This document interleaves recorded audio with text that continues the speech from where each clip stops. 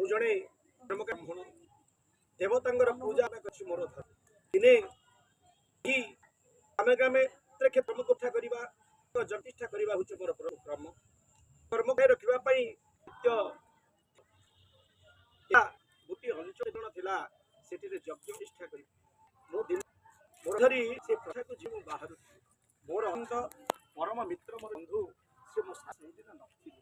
ସେ ପରବର୍ତ୍ତୀ ସମୟରେ କିଛି ସମୟ ପରେ ଯାଆନ୍ତୁ, କିଛି ସମୟ ପରେ ମୁଁ ଆସିବି ପ୍ରତିଶୋଧ ଦେଇଥିଲି।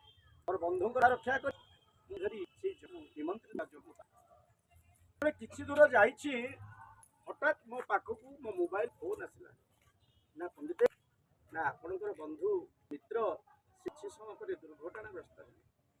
ଯେତେବେଳେ ଏଇଭଳି ଏକ ଫୋନ ଆସିଛି, ତৎକ୍ଷଣାତ୍ ମୁଁ ବିଚଳିତ ହୋଇଗଲି। ଭଗବାନଙ୍କୁ ପ୍ରାର୍ଥନା କଲି, ହେ ପ୍ରଭୁ, କି ଆଶ୍ଚର୍ଯ୍ୟର କଥା, କି ବିଷ ଭାବନା, ଯିଏ ମୋ ମିତ୍ର ଯେ ସାଥୀ ସହଯୋଗ କରେ। ମୁଁ ଆଜି ଏହି ଏକ ପବିତ୍ର ହୋଇ ଯଜ୍ଞ କାର୍ଯ୍ୟକୁ ମୁଁ ଯାହାକୁ ନେଇ ଯଜ୍ଞ ପରିଚାଳନା କରି ମୁଁ କିଭଳି ମାଧ୍ୟମରେ ମୁଁ ତାକୁ କରି ପ୍ରଭୁ ତା ପାଖରେ କିଭଳି ଉପସ୍ଥିତ ରହିବି, ଏଇଭଳି ବିଚଳିତ ହେଲା। କିନ୍ତୁ ଫୋନ ପୁଣି ଆସିଲା, ନାଇଁ ଆପଣ ବିଚଳିତ ହୁଅନ୍ତୁ, ଆପଣ କାର୍ଯ୍ୟକୁ ଯାଆନ୍ତୁ, କରନ୍ତୁ, ଆମେ ତାର କରୁଛୁ। ମାନେ ସେଇ ଅନ୍ତର ପ୍ରତି ଫୋନ ଆସେ। ଯେତେବେଳେ ମାନେ ଦୁଃଖ ପ୍ରକାଶ କରିବାର ତକ ନିଗାଡ଼ି ଲୁହ ନିଗାଡ଼ି ପଡୁଛି, ଆଧ୍ୟାତ୍ମିକ କ୍ଷେତ୍ରରେ ବନ୍ଧା ଆଉ ମୁଖରେ ମନଚଳିତ ଉତ୍ପାଦପୂର୍ଣ୍ଣ ମନ ଯାଉଛି।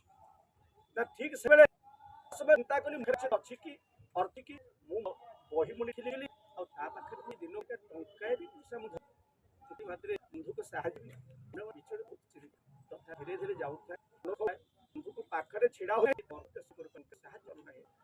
ନା ମନୁଷ୍ୟାନି ନା ମୋର ହଉଛି ଆଜ୍ଞା କୃଷ ବଟୁ ପାତ୍ରୀ ଆଉ ବୋଟା ବନ୍ଧ, ଏଠି ହିଁ ମୋର ଏହାକୁ ବିଚାର ଯାଉ ଭର୍ତ୍ତିକି ବେଳେ ନା ଲୋକ ସେଇ ବାଟ ଦେଇଲେ ଟିକେ ବେଳେ ମତେ ସେମାନେ ଛିଡା ହୋଇଗଲେ, ନା ପଣ୍ଡିତେ ଆଉ ଆପଣ କୁଆଡେ ଯାଉଛନ୍ତି?